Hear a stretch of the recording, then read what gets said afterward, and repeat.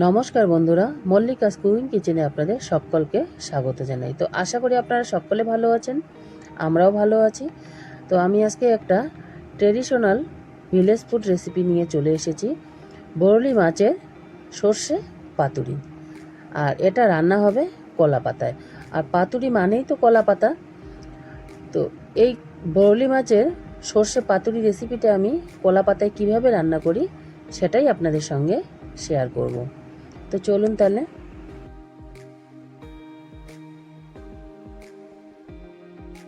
বরলি মাছের সর্ষে পাতুরি রান্না করার জন্য এখানে আমি বরলি মাছ নিয়েছি, একেবারে পরিষ্কার করে ধুয়ে নিয়েছি মাছটাকে। আর এখানে নিয়েছি টমেটো আর কাঁচা লঙ্কা।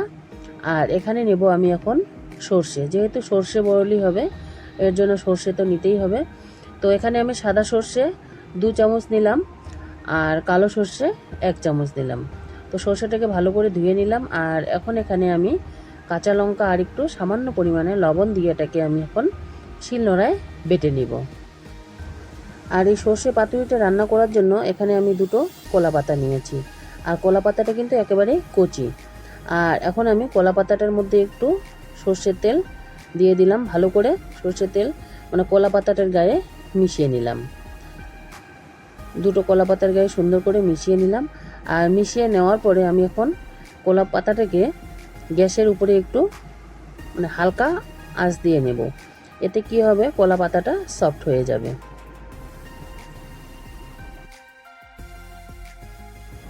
তো 2টো কলা পাতাকেই সেমভাবে আমি একটু হালকা আঁচ দিয়ে নিয়ে নিলাম। আপনারাও এভাবে নেবেন। তো কলা পাতা 2টো আমার হালকা আঁচ দেওয়া হয়ে গেল। আর এখন আমি এদিকে যে সরষাটা রেখেছি সেটাকে আমি শিলনোড়ায় পেস্ট করে নিচ্ছি। এটা খেতে কিন্তু দুর্দান্ত হয়, বরলি মাছের সর্ষে পাতুরি। আর এটা হচ্ছে সুপারি গাছের যে খোলগুলো থাকে, এই খোল যখন মশলা বাটি তখন তো লঙ্কা দিই, তো এর জন্য এই সুপারি গাছের খোলটা যে আছে এটা আমাদের কাজে লেগে যায়। ট্রেডিশনাল ভিলেজ ফুড রেসিপি বরলি মাছের সর্ষে পাতুরি কলা পাতায়, খেতে কিন্তু দুর্দান্ত। একবার খেয়ে দেখবেন, বারবার খেতে মন যাবে। তো আমার কথা বলতে বলতে সর্ষেটা পেস্ট করা হয়ে গেল। আর এখন আমি এটাকে একটা বাটিতে তুলে নিচ্ছি। আর এদিকে এখন যে মাছটা আমি পরিষ্কার করে ধুয়ে রেখেছি, এই মাছটার মধ্যে আমি এখন সামান্য পরিমাণে হলুদ গুঁড়ো দিয়ে দিলাম, বেশি দিব না, একবারে সামান্য পরিমাণে। আর স্বাদ মতো লবণ দিয়ে দিলাম। দেওয়ার পরে এখন যে টমেটোটা কেটে রেখেছি ওই টমেটোটাকে আমি দিয়ে দিলাম। আর যে পেস্টটা করে রাখলাম সর্ষের, সেই পেস্টটাকেও আমি অ্যাড করে দিয়ে দিলাম। আর যেহেতু পাতুরি হবে তো কাঁচা সর্ষের তেল তো দিতেই হবে। তো এখানে আমি পরিমাণ মতো কাঁচা সর্ষের তেল অ্যাড করে দিয়ে দিলাম। আপনারা আপনাদের পরিমাণ মতোই নেবেন, কারণ আমার মাছ অল্প এখানে আছে, এর জন্য আমি অল্প পরিমাণে সব কিছু নিয়েছি। আপনাদের যদি বেশি পরিমাণে মাছ থাকে তাহলে একটু বেশি করে সর্ষে আর সর্ষের তেলটা নিয়ে নেবেন। তো মাছটাকে আমার মাখানো হয়ে গেল। আর যে কলা পাতাটা আমি রেখেছি সেই কলা পাতাটা আমি একটা থালার মধ্যে নিয়ে নিলাম। আর এখন যে মাছটাকে আমি মেখে রেখেছি ওই মাছটাকে আমি কলা পাতার মধ্যে দিয়ে দিচ্ছি।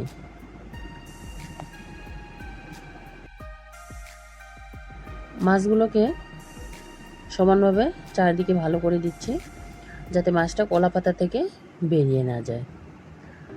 তো সম্পূর্ণ মাছটা আমার দিয়ে দেওয়া হয়ে গেল। আর এখন আমি কলা পাতাটাকে ভালো করে বেঁধে নেব। আবারও চারদিকে একটু ভালো করে সমান করে নিচ্ছি। আর এখন আমি কয়েকটা গোটা কাঁচা লঙ্কা এখানে দিয়ে দেব। তারপরে সুতো দিয়ে ভালো করে বেঁধে দেব।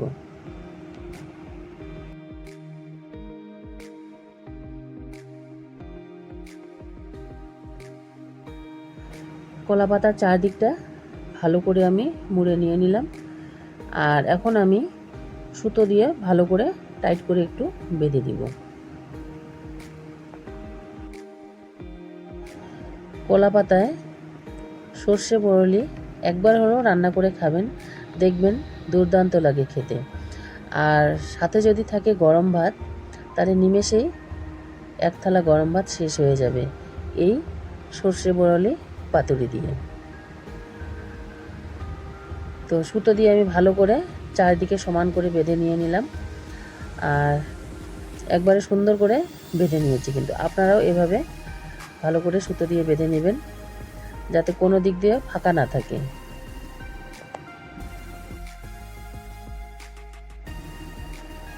তো সুতো দিয়ে আমি খুব সুন্দর করে বেঁধে দিয়ে দিলাম কলা পাতাটাকে। আর এই যে দেখুন কতটা সুন্দর হয়েছে। আর এখন এদিকে আমি গ্যাসে একটা তাওয়া বসিয়ে দিয়েছি, আর তাওয়াটা একটু গরম হয়ে এসেছে। আর যে মাছটাকে রেখেছি আমি কলা পাতায় বেঁধে, সেই কলা পাতাটাকে আমি এখন তাওয়ার মধ্যে দিয়ে দিলাম।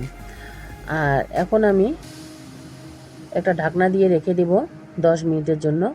আর এটাকে কিন্তু একেবারেই লো হিটে রান্না করতে হবে, নালে যে কলা পাতাটা আছে সেটা খুব তাড়াতাড়ি পুড়ে যাবে। আর যদি পুড়ে যায় তাহলে পাতুরিটা খেতে কিন্তু একেবারেই টেস্ট হবে না। তো একেবারেই আমি হালকা আঁচেই রান্না করছি, আর একটু দেখতেছি যে কলা পাতাটা পুড়ে গেছে নাকি। তো তো চেক করে দেখার পরে আমি এখন একটা থালা নিয়েছি, থালাটার মধ্যে তাওয়াটাকে একটু উল্টিয়ে দিলাম। তো আমার কলা পাতার পাতুরিটা উল্টে গেল। আর যেহেতু গরম, এখানে তো হাত দেওয়া যাবে না, এর জন্য একটু সাপোর্টের জন্য থালা নিতে হবে। তো এটাকে আমি এখন উল্টিয়ে আরেক পিঠ আমি দিচ্ছি। তো এভাবে আমি একটু সময় ধরে এটাকে রান্না করব, কারণ একেবারে যেহেতু লো ফ্লেমে, এর জন্য সময় ধরে একটু রান্না করতে হবে। তো উল্টিয়ে দেওয়ার পরে আবারও আমি চাপা দিয়ে দিলাম 10 মিনিটের জন্য, কিন্তু একেবারেই লো হিটে। তো একইভাবে আমি রান্না করব। আর 10 মিনিট ঢাকনাটা দেওয়ার পরে আবারও একটু উল্টিয়ে দিব। এভাবে আমাকে দুবার করতে হবে, তাহলেই পাতুরিটা খেতে ভালো লাগবে।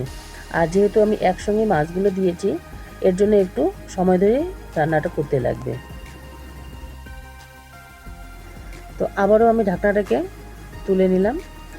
আর ঢাকনাটা তুলে নেওয়ার পরে একটু চেক করে দেখছি যে কলা পাতাটা পুড়ে গেছে নাকি। কিন্তু কলা পাতা আমার এখনও পুড়ে যায়নি, যেহেতু আমি একেবারে লো হিটে রান্না করছি। তো এটাকে আমি আরও একবার উল্টিয়ে দিব। থালাটার সাহায্য নিয়েই উল্টাতে হবে, যেহেতু খুব গরম আছে কলা পাতাটা, এখানে হাত দেওয়া সম্ভব নয়।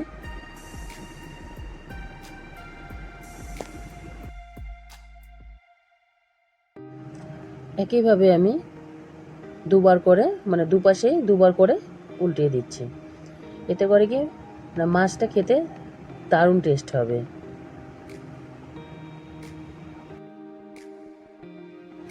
আর একটু লক্ষ্য রাখতে হবে যাতে কলা পাতাটা পুড়ে না যায়, কারণ কলা পাতাটা যদি পুড়ে যায় তাহলে মাছটাও পুড়ে যাবে, আর এতে একটা মানে খেতে ততটা ভালো লাগবে না। পুরনো বন্ধুদের অসংখ্য ধন্যবাদ আমার পাশে থাকার জন্য। আর নতুন বন্ধুদের অবশ্যই বলবো, আমার রেসিপিগুলো যারা দেখছেন বা আমার রেসিপিগুলো ভালো লাগছে, তাহলে অবশ্যই পাশে থাকা বেল আইকনটি ক্লিক করে দিয়ে অল নোটিফিকেশন অন করে দিয়ে পাশে থাকবেন, যাতে আমার ভিডিও ছাড়ার সাথে সাথে সবার আগে আপনাদের কাছে নোটিফিকেশন পৌঁছে যায়।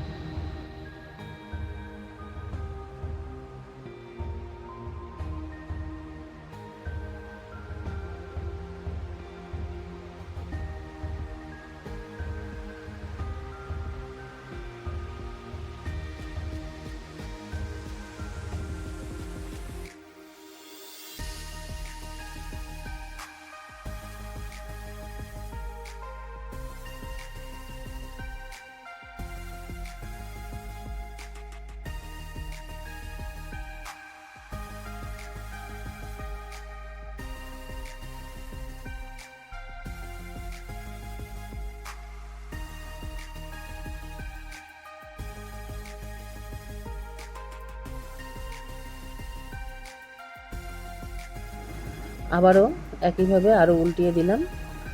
আর দেওয়ার পরে আমি ঢাকনাটাকে তুলে নিলাম। আর তুলে নেওয়ার পরে এই যে ফাইনালি আমার ডান হয়ে গেল বরলি মাছের সর্ষে পাতুরি কলা পাতায়। তো আমি এখন একটা প্লেটে নিয়ে নিলাম। আর প্লেটে নেওয়ার পরে আমি একটু কলা পাতাটা খুলে দেখাচ্ছি। খুব গরম আছে, হাত দেওয়া যাচ্ছে না, তাই একটু সময় লাগছে।